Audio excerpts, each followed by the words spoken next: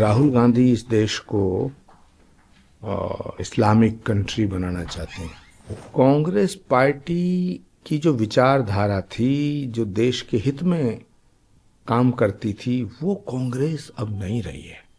सत्ता को पाने के लिए कुछ भी कह सकते हैं और सत्ता को पाने के लिए ये कुछ भी कर सकते हैं। देखिए, डीके शिव कुमार जी वही कहते हैं जो राहुल गांधी चाहते हैं, और राहुल गांधी इस देश को इस्लामिक कंट्री बनाना चाहते हैं।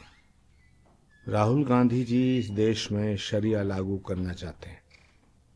अगर राहुल गांधी जी डीके शिव कुमार जी की बात से सहमत नहीं हैं, तो फिर उनके खिलाफ कार्रवाई करनी चाहिए, उन्हें नोटिस देना चाहिए। लेकिन राहुल गांधी जी चुप हैं, खामोश हैं।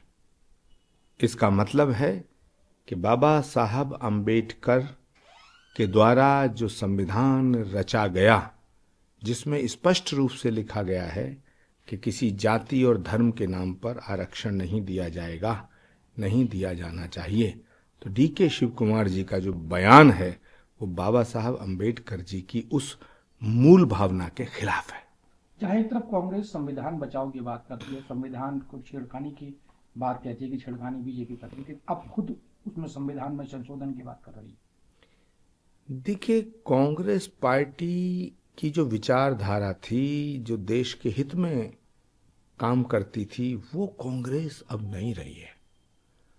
अब राहुल गांधी जी और उनके चंगू मंगू और चपड़ कनातियों की कांग्रेस है, जो टोटली एंटायर गैंग वामपंथी हो चुका है और अराजकतावादी सोच, जातिवादी सोच उन पर हावी हो चुकी है। सत्ता को पाने के लिए कुछ भी कह सकते हैं और सत्ता को पाने के लिए ये कुछ भी कर सकते हैं। गुरु जी, अगर बात करें महाराष्ट्र की, औरंगजेब, कभी राणा सांगा को लेकर विवादित टिप्पणी सबसे ज्यादा महाराष्ट्र से आ रही है, क्या वजह मानते हैं इस चीज के लिए और कौन जिम्मेदार है इस चीज का? देखिए, महाराष्ट्र की भूमि शौर्य की भूमि है, त्याग, तपस्या, बलिदान, महात्माओं की, ऋषि मुनियों की भूमि है, छत्रपति शिवाजी महाराज की भूमि है, संत तुकाराम की भूमि है, ज्योतिबा फूले की भूमि है, बाला साहब ठाकरे की भूमि है। उस भूमि से जब से इनका कब्जा हटा है, तब से ये तड़प रहे हैं।